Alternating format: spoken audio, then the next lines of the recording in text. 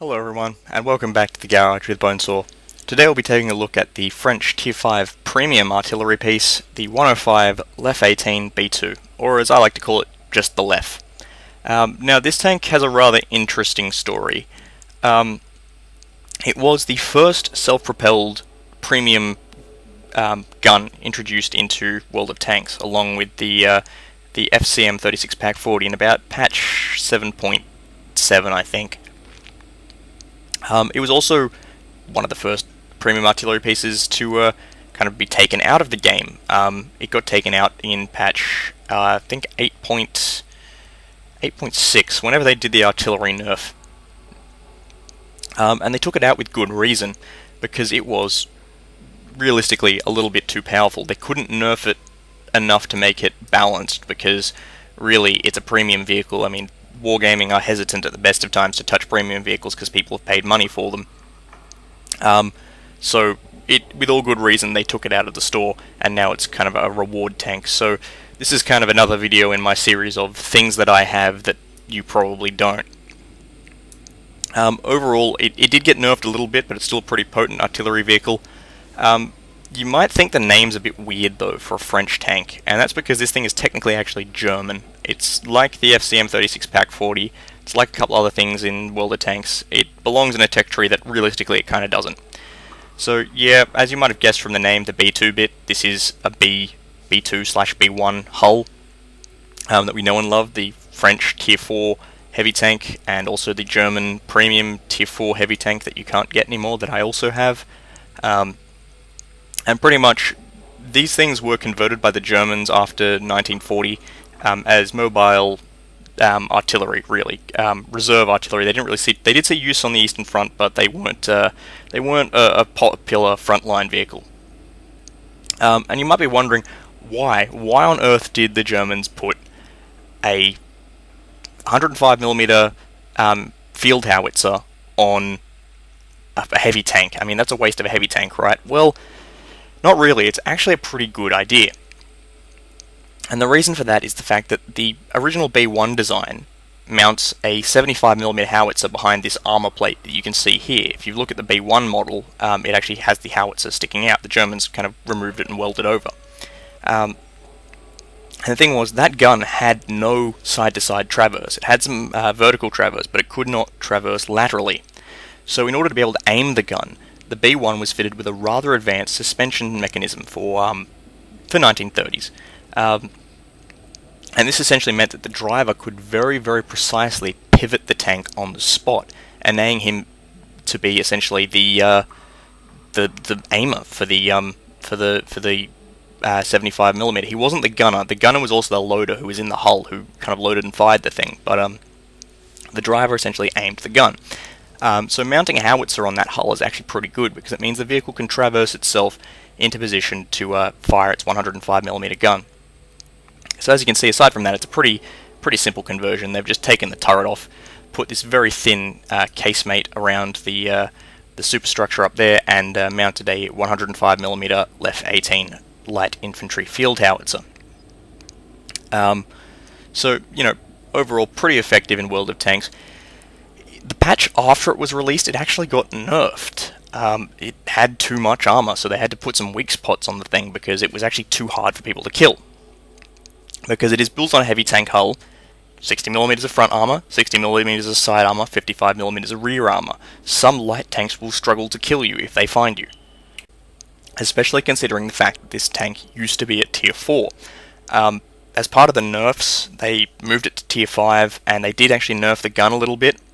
I believe they nerfed the accuracy, they nerfed the rate of fire, they nerfed a couple other things, but it's still too powerful to be in the game, if you know what I mean, to be in the store. They dropped the accuracy to 0.74, which isn't too bad. The aiming time is 5.1, which isn't actually all that lengthy for an artillery piece, and has a 6.45 rate of fire, so it has roughly a 10-second reload time. Absolutely lethal gun, especially with the gun arc on this tank and its ability to traverse. Really, really powerful vehicle.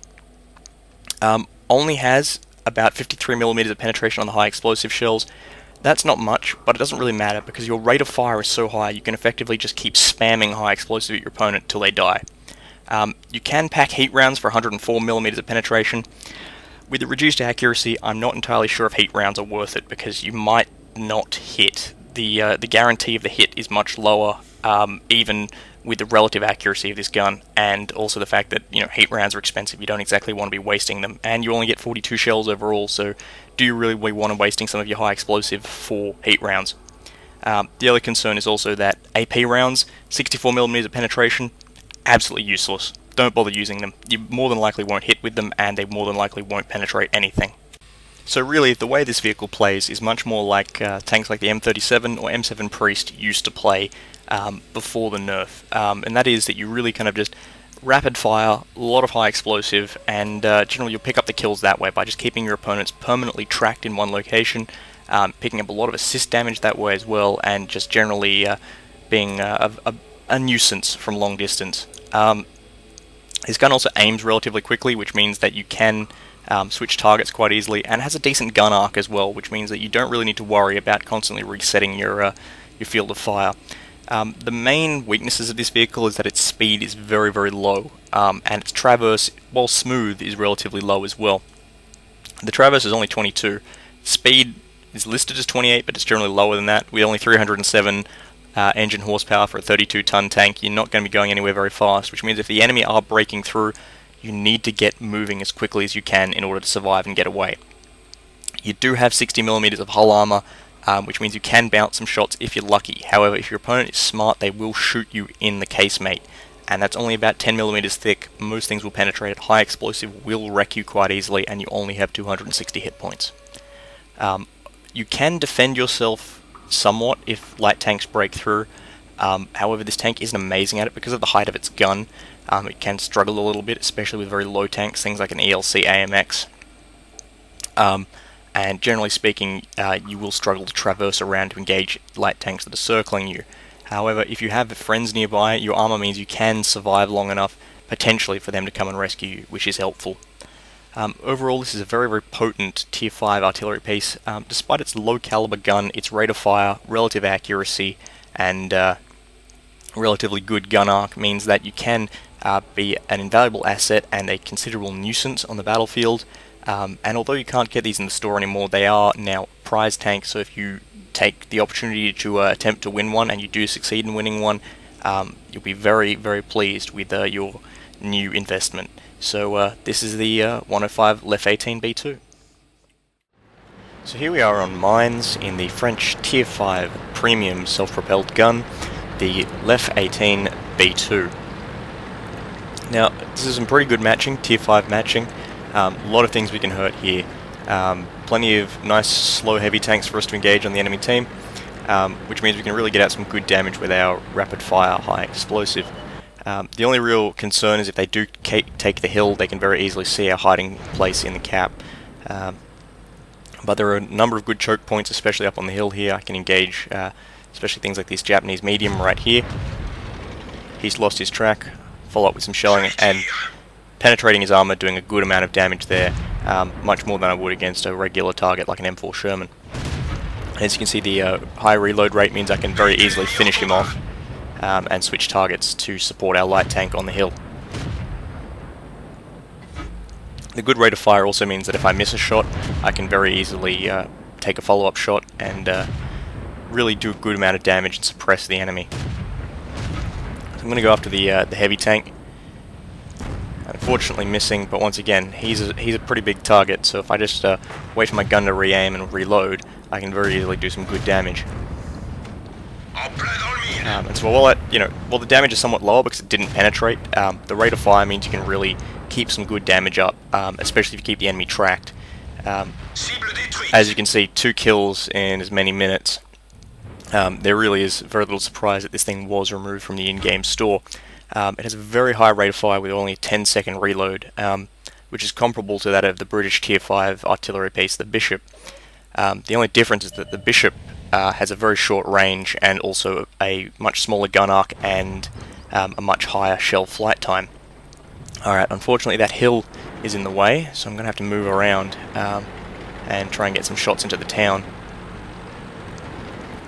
As you can see, the LeHF18, very potent 105mm gun at any range, and the good rate of fire means that missing is not necessarily as much of a problem as any other artillery piece would be. The gun arc also means you don't have to re-aim as much.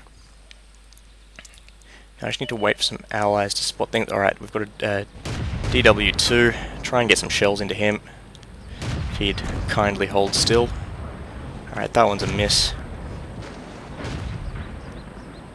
Try and wait for him to stop. There we go. Third kill. Good damage roll.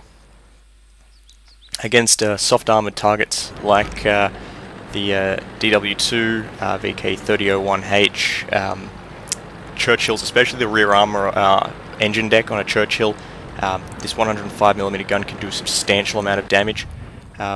Against more heavily armoured targets like a KV, the damage output won't be as high, but you have a very high chance of doing a lot of critical damage, and it's especially effective if you can keep someone tracked in perpetuity for your allies.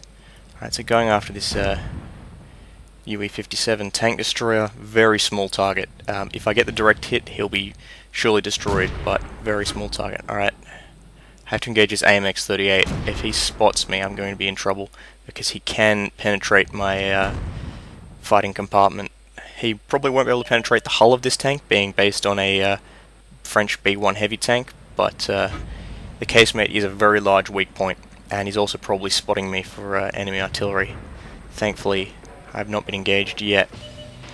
Alright, so I'll ignore the UE-57 in favour of going after this M37. Alright, I'll take that out. Or I won't. Stug gets him instead. And I know there's another artillery piece over here. It's the AMX-105. He's hiding in these bushes somewhere, but I don't think I get a direct hit on him. I think he's pulled back behind the rocks cover.